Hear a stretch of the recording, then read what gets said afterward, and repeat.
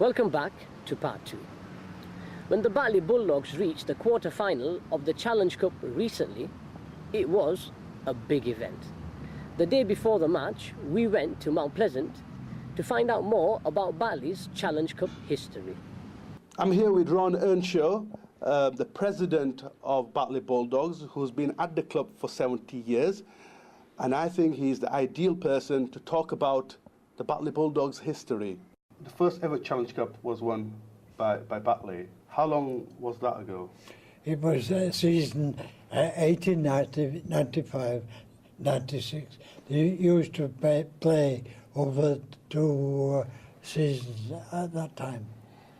And then obviously you retained it in the following year, didn't you? That's right, yeah. And then there was a lapse of 2 years. Right, and then you won it again. Won it again, yeah. And do you remember who was your star player on that occasion? Saturday, although I go back a long time. Yeah. I played like Joe Goodall. I know he was a captain in 1895. So to see now reaching the quarterfinals for 99 years, how does that feel to you? Oh, it's absolutely fantastic for all the supporters.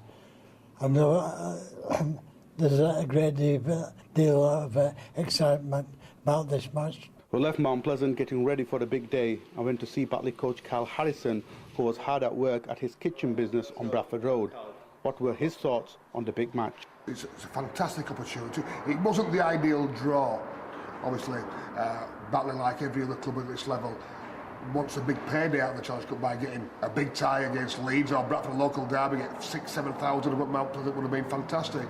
But getting the Catalan Dragons, it's a realistic chance we can win the game, and it's good for the community that the Batley club's not been in the quarterfinals of the cup for 99 years, which is a long time between drinks. And I think the old town's going to get behind the team and the club, and I just hope people like the occasion of Mount Pleasant and come back week after week. Quarter-final day, and the supporters braved the elements to get behind the team. It's a big occasion, as Chairman Kevin Nicholas explained. To the club and to the town, I think it's massive. If you say you've not been to this stage of the competition for 99 years, it's a fair amount of time, that. And obviously nowadays it's mainly the full-time professional clubs that get to this stage and beyond.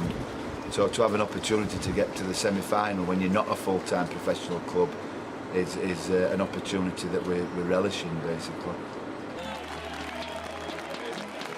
So to the match. Would Batley's Challenge Cup adventure have a happy ending?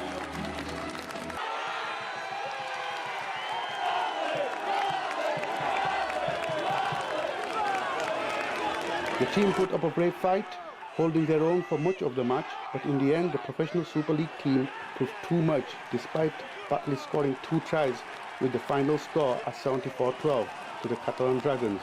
But the supporters were not downhearted. It's been a really good game, well proud of Batley. We did well. Any other team, the other non-Super League team would have blitzed it.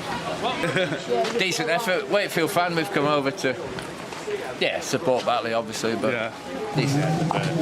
Difference between Super League and I've been to the station before, but big Catalan side. They had the slope in the second half, basically did it, but good day. And lovely club, good setup, really tidy.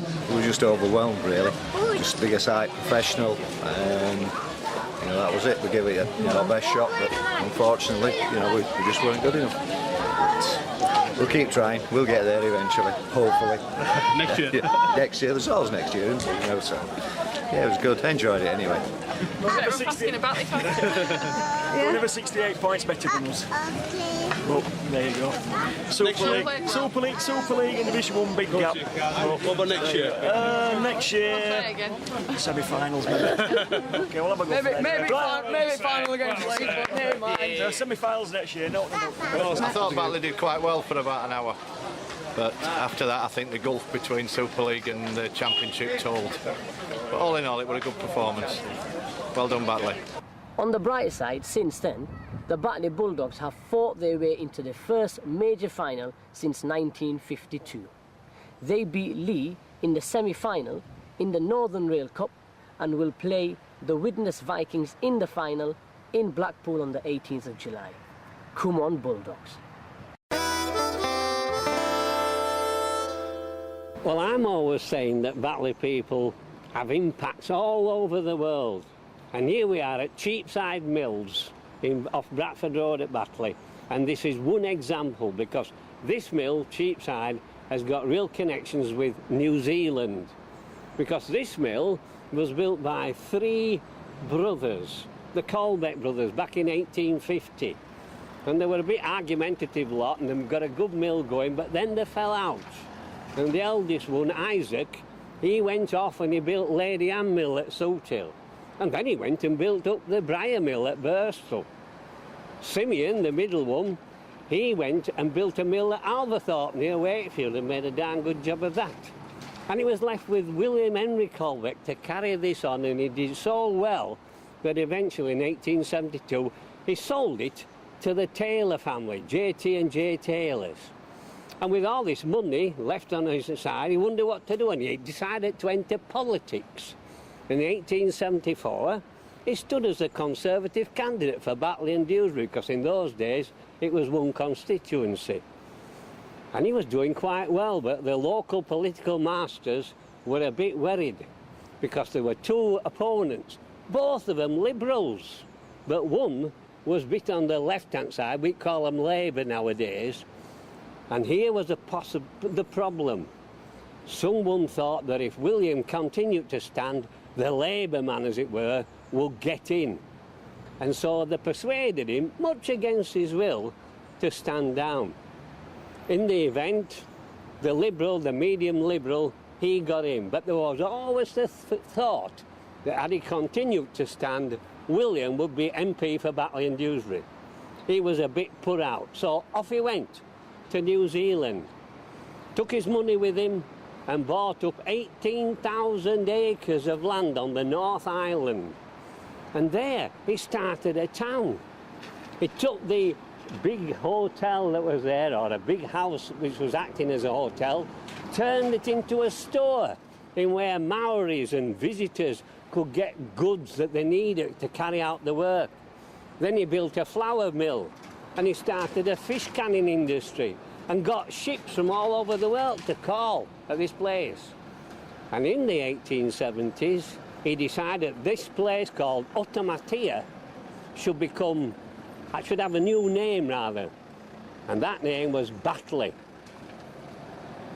And when they decided to have an election in New Zealand, William Henry decided he was going to stand for the MP. And this time, nobody was going to put him off. He ended up as MP for Batley in New Zealand.